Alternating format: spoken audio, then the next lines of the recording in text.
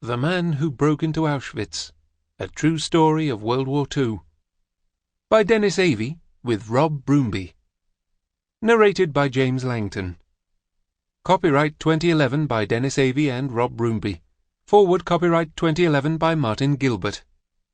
This unabridged audiobook is published by arrangement with Da Capo Press, a member of the Perseus Books Group, and was produced in the year 2011 by Tantor Media Incorporated, which holds the copyright thereto.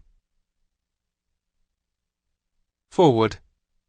This is a most important book, and a timely reminder of the dangers that face any society once intolerance and racism take hold. Denis Avey, who is now 93, wants his book to be a reminder that fascism and genocide have not disappeared. As he has said, it could happen here. It could, indeed, happen anywhere where the veneer of civilization is allowed to wear off, or is torn off by ill will and destructive urges. It is good that Denis Avey now feels able to tell his story.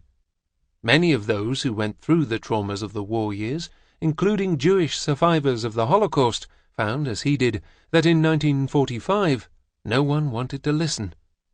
65 years later, a British Prime Minister, Gordon Brown, welcomed him to 10 Downing Street to hear his story, to commend his courage, and to give him a medal inscribed, "In Service of Humanity."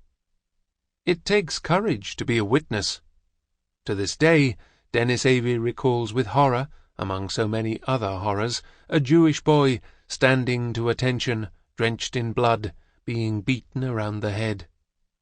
This book should be listened to by all those who want an eyewitness account of the nightmare that was the slave labor camp at Buna-Monowitz, just outside Auschwitz, where the Jewish prisoners in particular were subjected to the harshest of treatments and killed once they were too weak to work for their SS taskmasters. Denis Avey's experiences of the Nazi treatment of the Jews are disturbing, as they should be, for the human mind finds it hard to enter into a world dominated by cruelty, and where a small gesture like that of Denis Avey towards a Dutch Jewish prisoner is a rare shaft of light and comfort. He also tells us of his time before being made a prisoner of war, fighting in the Western Desert. Here, too, he tells a powerful tale without flinching from the horrors, and the death of his friend Les, blasted to kingdom come next to him. Les was the chap with twinkling eyes. I had come all the way from Liverpool with him. I had danced with his sister Marjorie, sat round the kitchen table with his folks, laughed at their jokes, and shared their food. And now his first reaction, on finding half of poor old Les all over me, was, "Thank God it wasn't me." That reaction still troubles him today. The honesty of this book heightens its impact. The description of Buna-Monowitz is stark and true. By swapping his British Army uniform with a Jewish prisoner's striped rags and going into the Jewish section of that vast slave labor camp zone, he became a witness. "I had to see for myself what was going on," he writes. Our knowledge of one of the worst corners of the SS kingdom is enhanced because he did so. This book is a tribute both to Denis Avey and to those whose story he was determined to tell at the risk of his life. Sir Martin Gilbert, 8 February 2011. Prologue. 22 January 2010. A microphone was thrust in front of me as I climbed out of the taxi by the fortified gates of Downing Street. What could I tell them? I was there because of something I did in the war, not my fighting in the Western Desert, not my being captured by the Germans, but because of what happened in Auschwitz. Back in 1945, no one had wanted to listen, so I stopped talking about it for the best part of 60 years. My first wife saw the worst of it. I would wake up, covered in sweat, with the sheets soaked, haunted by the same dream. I can still see that poor lad now, standing to attention, drenched in blood, and being beaten around the head. I relive it every day, even now, nearly 70 years later. When I met my second wife, Audrey, she knew something was wrong, and she knew it was to do with Auschwitz, but still I couldn't speak to her about it for decades. These days, I can't stop going over it, and she thinks I'm trapped in the past, that I should move on, look forward. That's not easy at my age. The polished door of 10 Downing Street, that I had seen so often on the news, framing the country's leaders, opened, and I stepped inside. In the hallway, they took my coat and ushered me up the stairs, past the framed portraits of former prime ministers. At one point, I faced a photograph of Churchill himself, and thought to myself that it was a surprisingly small picture for such a giant of a leader. I paused for breath, leaning on my metal walking stick, before going on past the post-war premiers with Thatcher, Major, and Blair towards the top. I flopped into a chair. I was 91, and I needed time to recover from the climb. I looked around in awe at the grandeur of the terracotta room with its high ceilings and chandeliers.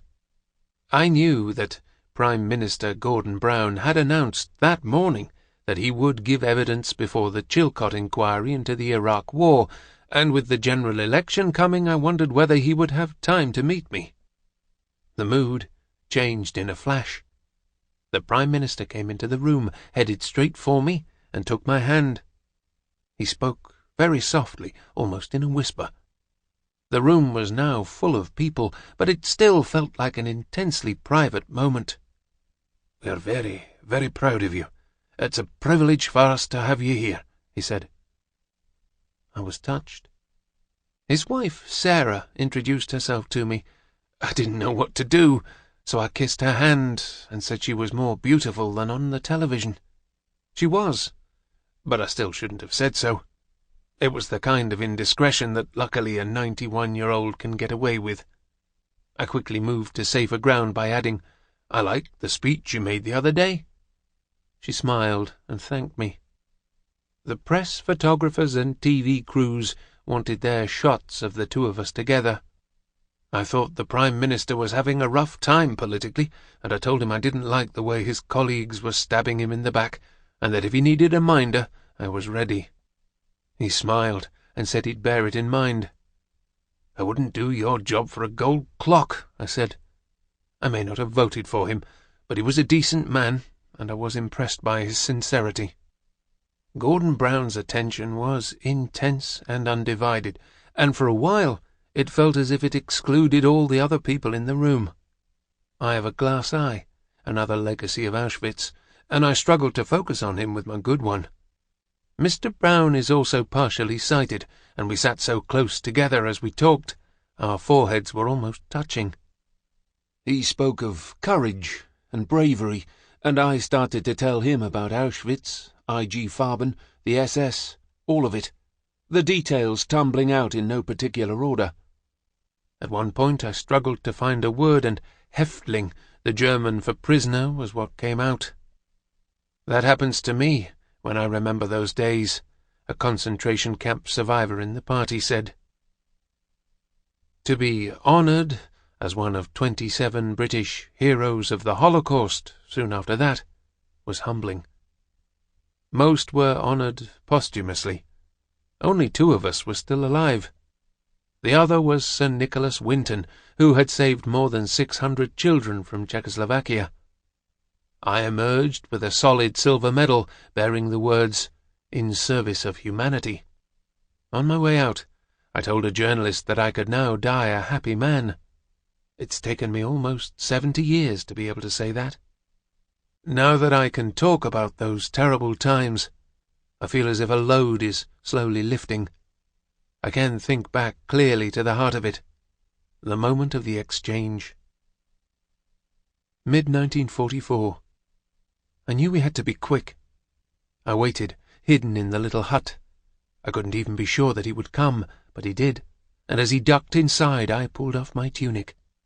He closed the door on the turmoil of that hideous construction site and shuffled out of his grimy, striped uniform. He threw the thin garments to me, and I pulled them on without hesitation. Then I watched as he dragged on my British Army battle dress, casting looks over his shoulder at the door as he did it. He was a Dutch Jew, and I knew him as Hans. With that simple exchange between the two of us, I had given away the protection of the Geneva Convention. I'd given my uniform, my lifeline, my best chance of surviving that dreadful place, to another man. From now on, wearing his clothes, I would be treated the way he had been treated. If I was caught, the guards would have shot me out of hand as an impostor, no question at all. It was the middle of 1944 when I entered Auschwitz III of my own free will. Chapter 1. I never joined up to fight for king and country, though I was patriotic enough. No, I enlisted for the sheer hell of it, for the adventure.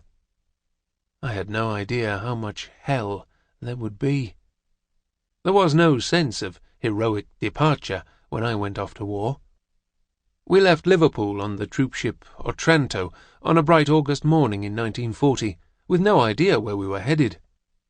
I looked at the Royal Liver building across the broadening strip of brown Mersey water and wondered whether I would ever see the green liver birds crowning it again. Liverpool had not seen much bombing then. It would get its share a month after I left, but for now it was largely a peaceful city. I was 21 years old, and I felt indestructible. If I lose a limb, I promised myself, I am not coming home. I was a red-headed soldier with a temperament to match, and it would get me into lots of trouble, but that is just how I was. I joined the army because I was in too much of a rush to join the RAF. The paperwork took longer. That was my first lucky escape. Watching the Spitfires plying the clouds overhead, I still wanted to fly, but joining the RAF then would have meant near certain death. The RAF pilots were the Knights of Air, but when the Battle of Britain started, the poor buggers didn't live long, and I was lucky to be out of it. I enlisted on 16 October 1939, and I was a crack shot, so Rifleman Denis Avey No. 6914761 was selected to join the 2nd Battalion, the Rifle Brigade, and was packed off for training at a barracks in Winchester. Rain or shine, it was pretty rigorous. As a regular mob, they gave us new recruits a particularly hard time. There was an awful lot of drill, plus physical training and endless obstacle courses, so we collapsed exhausted into our bunks each night, and were pretty fit by the end of it. We were taught to use every weapon available to the British Army, but I had grown up with guns. My father bought me my first shotgun, a .410, when I was 8 years old. It had a specially shortened stock, so I could get my arms around it, and I have still got it on my wall. My father insisted on strict discipline with guns. In the country you didn't get the yes possiblies, things were black and white. I grew up in a world of moral certainties, and I was expected to stand up for what was right. He taught me to respect humans and animals. Birds were shot for the larder, not for sport. I learnt to shoot on clay pigeons, and pretty soon I could throw them in the air myself, pick up the gun, and knock them out of the sky before they fell to the ground. Army rifle shooting was a different ball game, but I quickly got the hang of it, and I was soon hitting bulls on every range up to 600 yards. At the end of one particularly long day of physical training, we were on the Winchester rifle range. I squeezed the trigger of the Lee Enfield 303, felt the kick, and hit the bullseye. No trouble. The chaps operating the targets were hidden behind an earth mound. They pointed out the hits, using a long pole with a 12-inch white disc on the end. As the chap lifted the pointer hesitantly towards the bull to mark my hit, I pulled back the bolt and shot the white disc clear out of his hand. The target man wasn't in any danger, but I am ashamed to admit I was showing off. It got me a severe reprimand, but it made me popular with the regular soldiers. I was made a star man on account of my marksmanship, and wore a badge on my uniform to prove it. The bayonet training had been pretty grisly. Bayonets are always known as swords in the rifles. We were being prepared to kill people up close, where you could smell a man's breath and see if he had shaved that morning. You were ordered to run at human effigies 30 yards away, screaming and hollering as you charged. You jabbed the blade into the guts, pulled it out and swung the rifle butt around so you could knock his head off as you passed. Looking on disapprovingly was Sergeant Bendel. He was a thick-set man, short and tough. "Louder! Louder!" he bellowed at us until he was red in the face. And he wasn't happy until we were screaming as much as he was.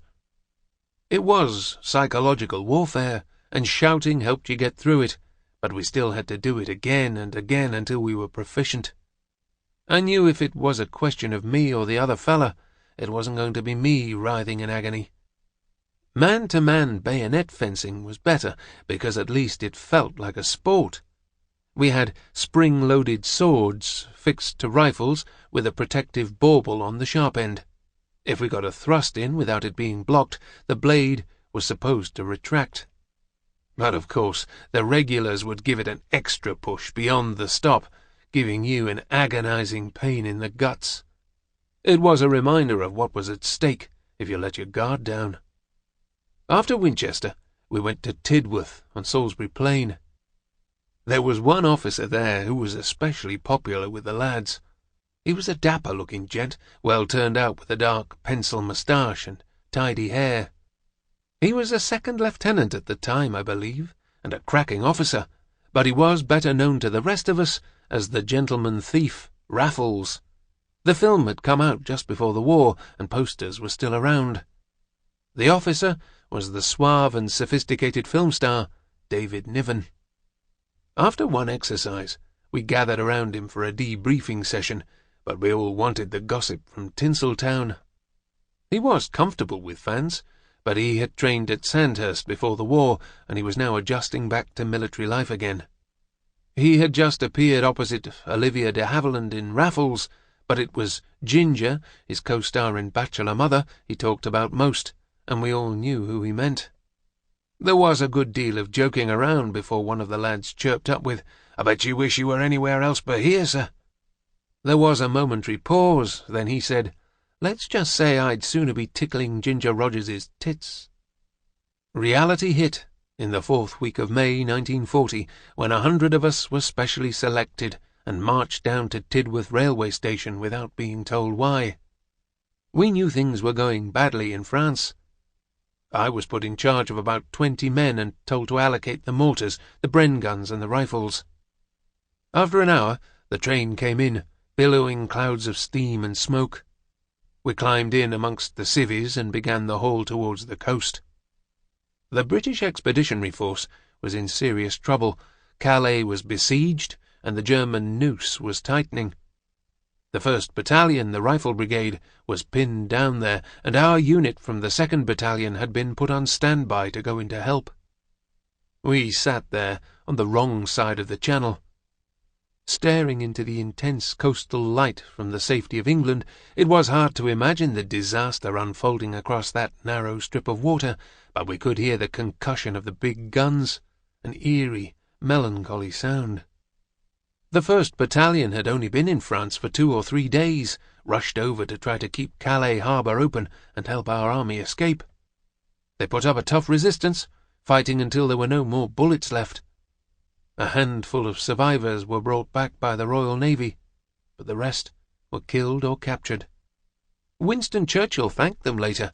He said their action tied up at least 2 German armoured divisions, while the little ships picked up so many men from Dunkirk. For us, going in would have been suicide. We would have been wiped out in the water.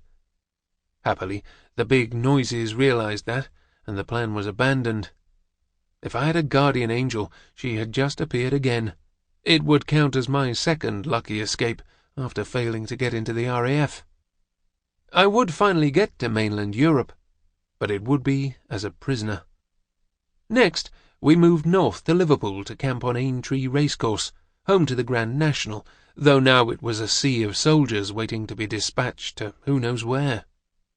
We slept al fresco, and even in early summer you'd wake with aching limbs and a bedroll damp with dew.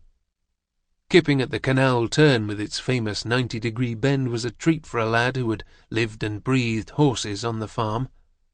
After 3 weeks of that, we moved to a large civic building, and at last we were out of the damp.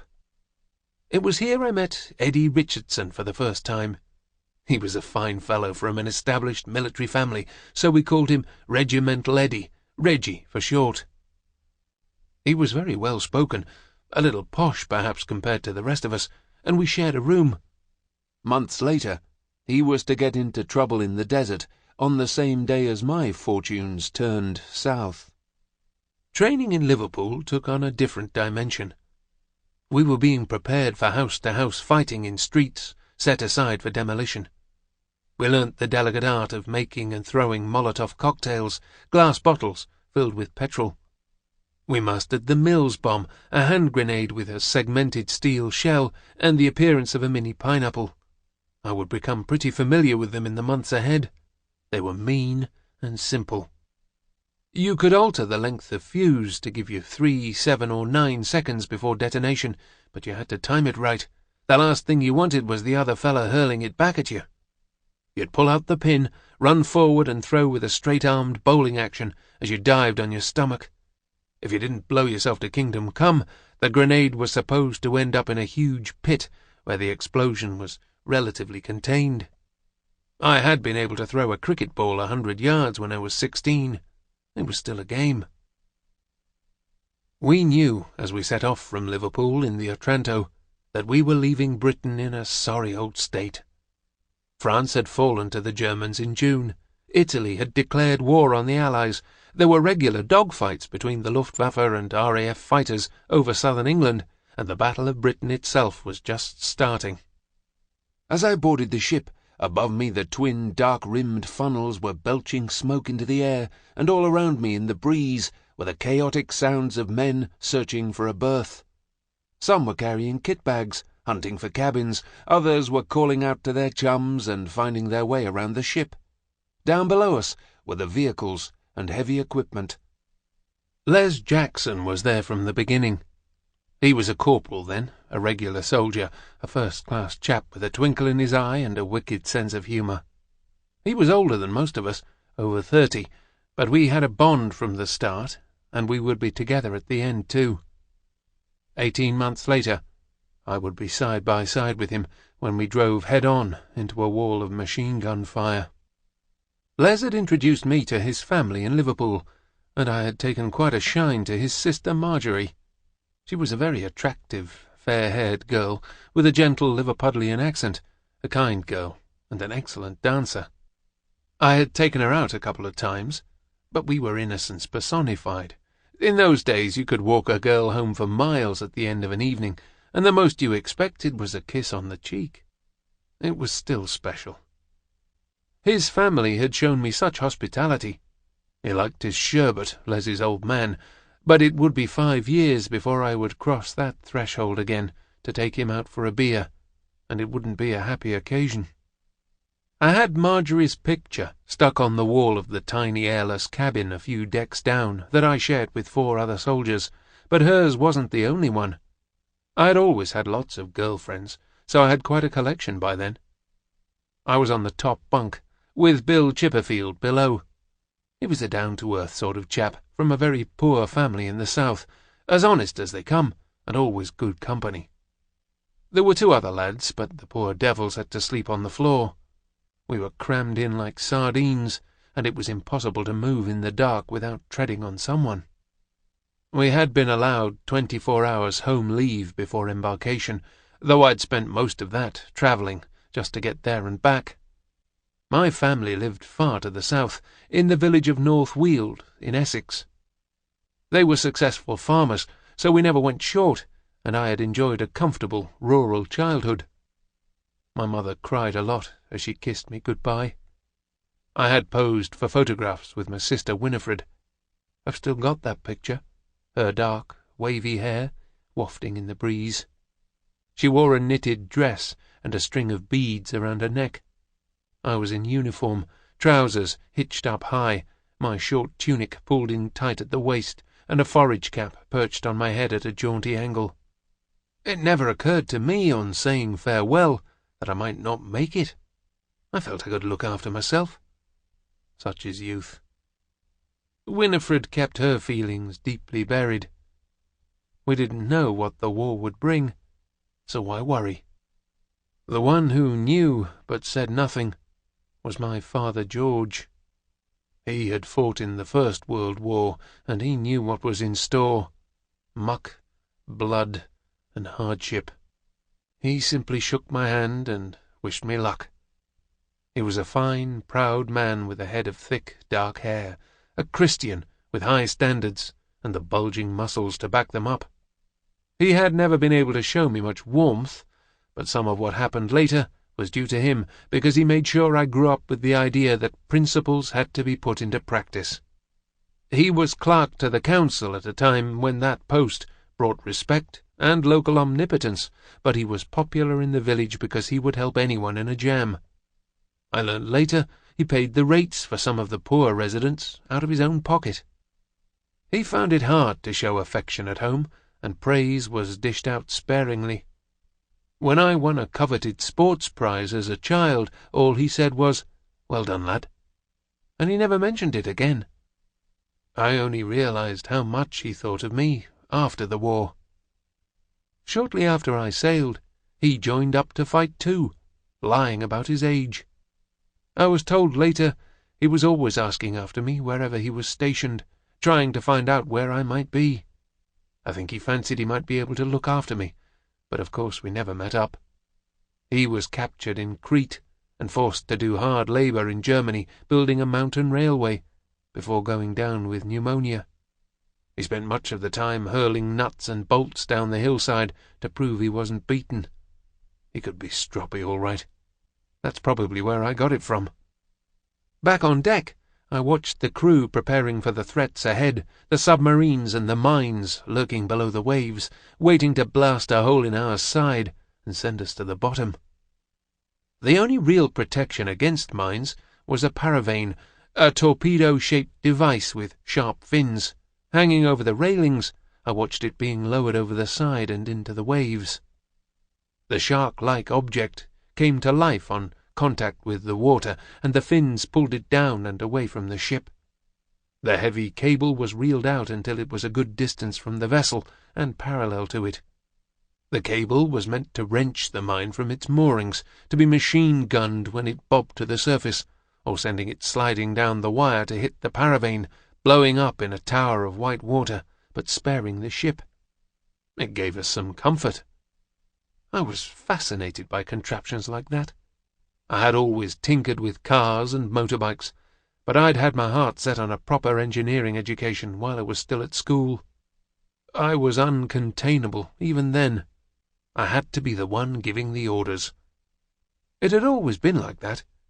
As a boy, I had my own kids' army, and we paraded around, shouldering real guns, though without ammunition. I was made head boy at school, and I had the muscle to control the bullying, which I did. Later in life, my wife Audrey would tease me that I had become the bully. She was only half joking, I suspect. I was certainly fearless. I went on to Langton Technical College in East London, and did all right.